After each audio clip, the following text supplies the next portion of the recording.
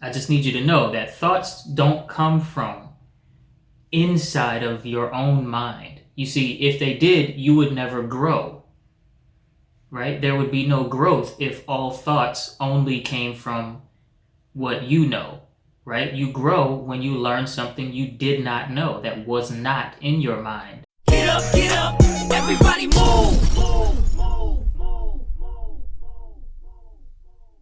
Hey, and welcome to part 2 of what exactly is the mind. Very happy that you're with me today. I am Soul Expression, your freedom lifestyle coach. And let's go ahead and talk about what exactly is the mind. Now, in part 1, we discussed that there's some different ways to start looking at and observing what we know about the mind, or what we think we know about the mind, right? You can ask yourself questions, like, where do thoughts come from? And I gave the example, if someone gives you a new math problem, a math problem that's not already gonna come up in memory, and you're looking at the math problem, and you're looking at it, and you're looking at it, and then bing, there's the answer. Where exactly does that come from? How does it get here? From where does it come?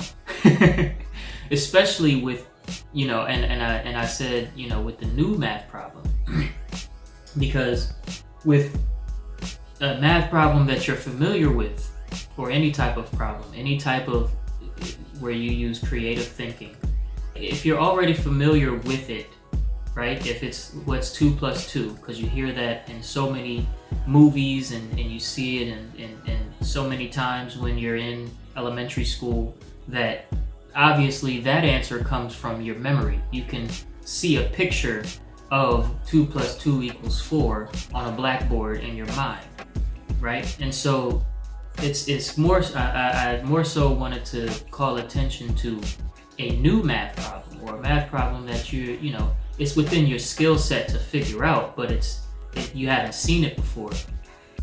That, on the other hand, it's like, okay, I'm looking at it, and I'm looking at it, and then as I'm looking at it, some ideas start to show up in a mental space that lead me and guide me towards figuring out the answer. And then eventually, the answer also just shows up, same way the guidance showed up.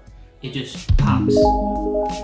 And so let's dive right in to where do thoughts come from. I put the question up on my social media pages earlier today and said, hey, out of these topics, because this is going to be a multi-part series, what exactly is the mind? And I put a poll up and I said, what do you guys want to talk about first? You want to talk about where do thoughts come from? Do you want to talk about where does your personal environment come from? Because most people that follow me and follow this channel have a basic understanding of the fact that your mind shapes your environment, your personal environment. And as you believe, so it shall be done unto you. And even people that are in your environment, if they believe differently, so it shall be done unto them. Even though, it's different, it just works, because that's the way that, that's just the laws of the universe. And so I asked, and I also put the option, what really is the mind? Like, what's the definition of it? I think I'll do that one next in part 3. And then I also wanted to see if you guys wanted to know how the mind and how you use your mind relates to manifestation and like flow state. I'll probably cover that last, because it'll be important to understand these other 3, where thoughts come from, your personal environment, and what is the mind after all, before we get into how to use the thing to manifest what you want in your life. So, where do thoughts come from? Part 2. Where do thoughts come from? And I'm going to be reading a lot from my laptop, because I just typed up my notes and I want to make sure that I do this in a cohesive, kind of effective way. So thoughts are impulses that come from the dimension beyond your mind, and that are created by the vibratory signal you send into that dimension with your energy. Again, thoughts are impulses that come from the dimension beyond your mind. We are physically three-dimensional beings, but we are not in reality three-dimensional beings. You can only perceive time because you're not stuck in three dimensions. Time is not within the bubble of three dimensions. Time is beyond and gives legitimacy to the first three dimensions, right? Without time, there wouldn't be any movement of objects. There wouldn't be any growth and maturity of sentient beings. And so, and you perceive time passing, so you are even beyond time. You could say you're like 6th to 8th dimensional, depending on what scientific way you're looking at it. We're not going to get into all the metaphysics and all of that in this discussion, or even in this video series. It's not necessary. But I just need you to know that thoughts don't come from inside of your own mind. You see, if they did, you would never grow, right? There would be no growth if all thoughts only came from what you know, right? You grow when you learn something you did not know, that was not in your mind. It's suddenly there, and then that's how you grow, okay? It does branch. It does branch. So the law of the spiral of life is always in harmony with what happens in all growth and all decay in the universe. But at the same time, for those branches to happen, you have to get information that was not there and somehow assimilate it into your belief systems and into your thoughts. So, thoughts are impulses that come from the dimension beyond your own mind, that are created by the vibratory signal that you send into that dimension via your energy. Your energy as a child is shaped by your environment and the collective mental energy, which is from all beings on Earth. And obviously, the degree of which the human collective mental energy affects the individual child's energy field is much higher than that of the collective plant mental energy, but they all contribute. I want to interrupt this program to bring you a short little story so that you guys can better understand where I'm coming from here. Okay, I just wanted to make it so that your learning process is a little more aided. I have a tendency to be very attached to the juicy information, and sometimes I'm told that I should interject more storytelling. So when it comes to understanding how your energy is shaped in your childhood, I want to talk about my own childhood. You see, I had like two different lives that I was living as a child. One side of my family was very poverty conscious and very in the mindset of, this is all we're going to have. This is all we can ever pretty much get unless somebody gives us more. This is what we're stuck with and we can't do anything with it. And then the other side of my family was like partially poverty conscious and partially wealth conscious.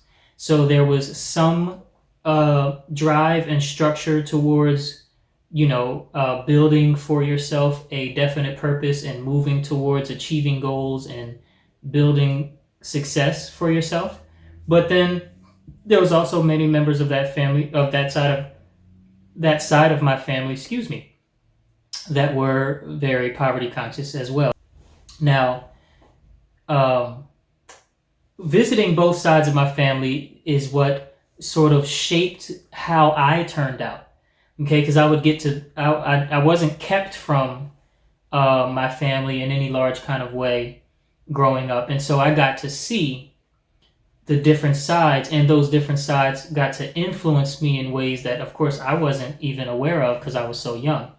And so going to the poverty conscious side of my family, it was like more free and more fun as a child. It was more no rules as long as you don't break anything. And then we still broke things every now and then. It was, your older siblings over there doing things that they're not supposed to and introducing you to them, and you didn't really get that on the other side. And it was staying up as late as you feel like, eating whatever you wanted at whatever time of day that you wanted, as long as it was in the house, you could have some, as long as you didn't eat it all.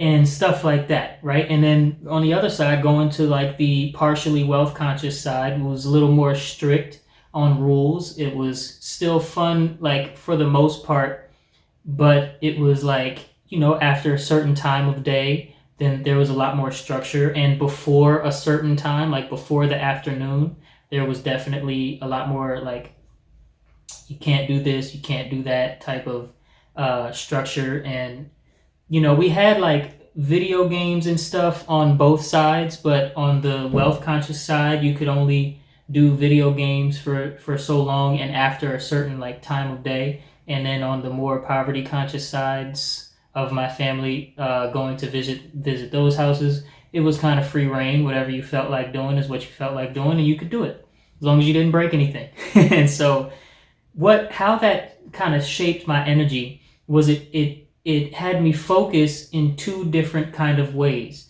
I was able to learn focus in terms of focus on being free and doing what you want unapologetically, and then focus also towards being like in a box, that at first it was very painful, and I had a lot of resentment for the box that my more wealth conscious side of my family tried to put me in. But now I know that, I'm supposed to set the box for myself. And if I'm the one in control of the box, then obviously I can open the box, expand the box, and shape it any which way that I would like to.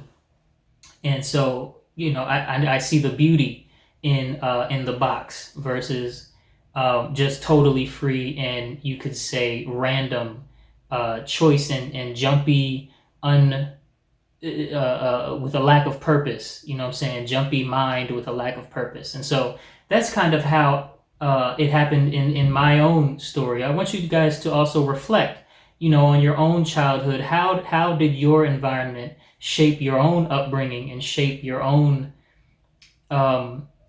energy that you sent out that influenced how you think today?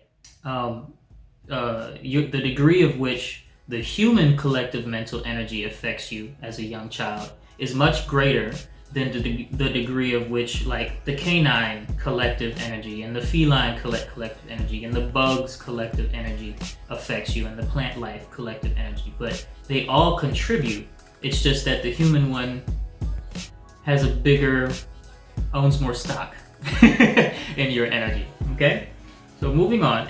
After early childhood, your vibration or energy is shaped by your own beliefs and actions first, then also by the collective. So after a while, you shape your own energy first, and then also there's some influence by your environment that still remains, because it's essentially we are all one. We are all different branches of the one existence. Okay? And now to get into the exact, what is a thought? What the hell is thinking? What is it? Thoughts come in many forms, but also in one form. What do I mean by that? Thoughts, they come in many forms, but also they are one form. It's one thing. They're one thing, but they seem to come through many channels. Like there's one television, but there's a whole lot of channels. Okay, and each channel has its own signal, its own frequency signal. So, voices, pictures, movies, or dreams, or daydreams, memories, and like energetic feelings that can't really be described as emotions are the many forms.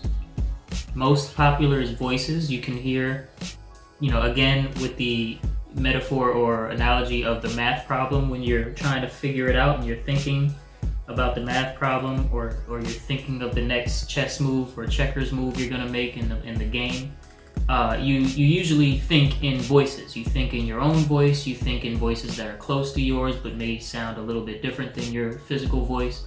When you think of a conversation that you might want to have with somebody, or a conversation that you're not looking forward to having, you might hear their voice, the person. So voices, also pictures, right? You may have heard the funny psychological game you can play of don't think of, blank. Don't think of a pink elephant. Somebody says, don't think of a pink elephant. And then like you get a picture of a pink elephant somehow. It may look like a cartoon, or it may look like a real elephant that's painted pink. Who knows? But either way, pictures is the way that thoughts come to you, thought impulses. Movies or daydreams and regular sleep dreams, where you get a full experience with or without audio of, there's like a thought version of yourself interacting and intermingling in thought versions of a whole other world, and it has its own sky and buildings and trees and blades of grass and all of these things. So dreams or movies. Also, when you visualize like your vision for yourself, all of that is like a movie. It's like a movie, but it's in your head. And also thought balls. I got the term thought balls from Robert Scheinfeld, who's very deep brother in these types of conversations. And he basically, a thought ball is just an energetic feeling that's in the mental space that you can't really define as like an emotion. It's like this. It's not necessarily a voice, a picture, a word, a movie, a memory, or any of those things that we can pinpoint. But it's definitely a form of thought, and it's not pure emotion. So those are like the many forms. But all of those many forms are the one form, information. Information. Information is thought. Thought is simply info. And info can be accepted or rejected.